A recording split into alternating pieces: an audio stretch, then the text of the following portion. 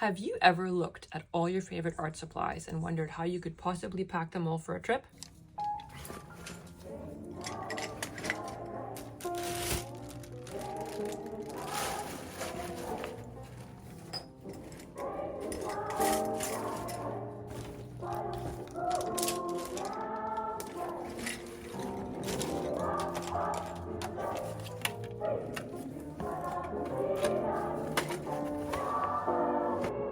Well, I'm getting ready for an amazing trip to a Greek island, and I'm taking my art journal with me. But the real challenge isn't the plane ticket, it's deciding which art supplies are coming along for the ride. My mission is to choose the perfect tools to capture the magic of the Mediterranean. Do I bring my compact watercolor set for those vibrant hues, or do I stick with my trusty sketch pens for quick line drawings? These are some really seriously tough choices because I've only got so much room. Stick around as I pack my art kit and show you the secret to creating travel memories that will last a lifetime. We're going to a small Greek island in the middle of the Aegean Sea, and I can't wait for some time out with my family to just relax after a busy summer. The goal is to fill quite a few pages of my sketchbook with beautiful memories, but I have a big problem, of course. I can't take my entire studio with me. I've got to be ruthless and very simple. So in this video, I'm going to take you through my entire packing process, from deciding what to bring and how I'm going to pack them, and my favorite travel-friendly tips. So first up, the foundation is my pocket moleskin sketchbook. So this is small, it's the size of my hand, and it goes everywhere with me, either in my handbag or in my backpack or in my little sling pouch that I carry with me. I'm bringing this one because it's small, but it still has room for me to work. As you can see, I've got some travel sketches here from Canada, and I can still make some beautiful paintings and pictures despite the small size. Next, my absolute non-negotiable is a basic pencil for sketching. Now, I'm not too fussy. This is just a basic pencil. I also have this one, which is in a pencil extender. I love using things up, so I can use these pencils until they're completely down to the very stub. And I always take some fine liners for inking. So these are Tom's Pens fine liners. I love these because they're a bit of an investment. They're a bit of a investment, obviously. They're more expensive than just buying pens from your local art supply shop, but they are refillable, and they are also reusable, so there's no discard at the end. So can you imagine how many pens we've gone through in our lives and how many of them are now in landfill sites? So this one is quite clever because I have my fine liner on this side and I have my brush pen on this side, and they're super easy to refill. Basically, with my sketchbook, my fine liner, and my pencil, I can make a complete drawing. So that's all I need. Now for the hard part, which is what else to bring. These, as we said, are the bare basics of any sketchbook. But we want to add some color. Of course, Greece is gorgeous, so I don't want to ignore that.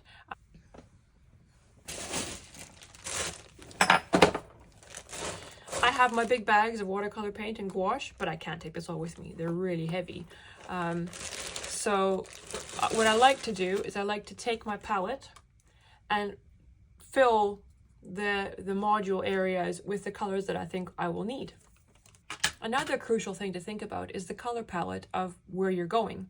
For Greece, I know I'll be painting a lot of vibrant blues from the sea and the sky, and of course they paint their doors and window, what do you call those things? Shutters, window shutters, that cerulean blue. We'll need crisp whites. Generally, I can use the paper as my white, but I will... Now, where is that white? I can't go without it. Well, I'll figure it out. Can't find anything here. Okay, so for the crisp whites, I'll bring a gouache white and also this Posca pen white, so I can add in white details. And of course, as I said, you could leave the page blank for white. And I also will make sure to bring some beautiful earthy ochres, like burnt sienna, for the sand and for the brickwork, and greens, various like the sap green and hooker's green for the beautiful pine trees, and probably some pinks along for the bougainvilleas and the wildflowers. And it's really important to think about the colors of where you're going. You don't need every color in that you have of all your paint tubes. You just need the colors that are appropriate for your destination. And I'm making sure that my palette has those key pigments, and this helps me to feel prepared to really capture the essence of the landscape of my destination. I'll also pack a few colored pencils that are appropriate for the destination. So I just saw this one. This is a Prismacolor cream. That could be very good for, you know, the sandy textures. I really love my watercolor pencils, and really great because you could add this light brown, golden brown as a texture on top of your watercolor paint, but also if you feel that that texture is maybe too scrumbly, you could wash it with a bit of water and soften it up. Okay, so once you've made those tough decisions, how do you actually pack it all without it getting ruined? My first tip is that I keep my pens and brushes separate. I like to roll my brushes into this brush roll. It's by Derwent. And I have found in the past that when I've just packed brushes into my pencil case, that the tips bend or they get frayed, and then it's really frustrating getting to my destination with a brush that can't hold its shape. So you just pop them in here, and then when you roll it up, the brushes are protected by the top. I generally take 3 brushes with me. This is just an old craft brush. It's great for kind of bigger washes on my small pages. And then this is a Winsor & Newton size 1. And this is a Winsor & Newton sable brush size 0. And so these are for my details. And this is for kind of the bigger washes. Obviously my pages are very small, so I don't need any big brushes, really huge ones. So now we've got the sketchbook. We've got some basic pencils, my favorite pens, 3 brushes, a palette filled with watercolor colors that we think will suit the location. And what else? Now for the things that they are not necessary but make things more fun. I'm bringing a few small pieces of colored and patterned paper for possible collaging. Let's go through here.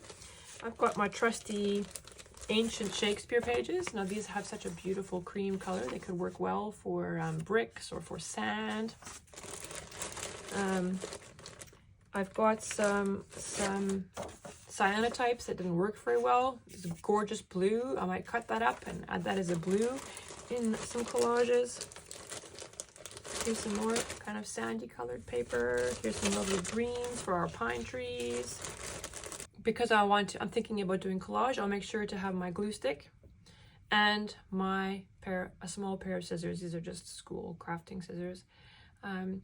Because I also love to collect little ticket stubs or cut out pictures from brochures or little postcards that you might find to include in my collages. It's really important that you pack, for sure, the scissors, but maybe even the glue, because I'm not sure if this would be considered a liquid or a paste, into your check-in bag.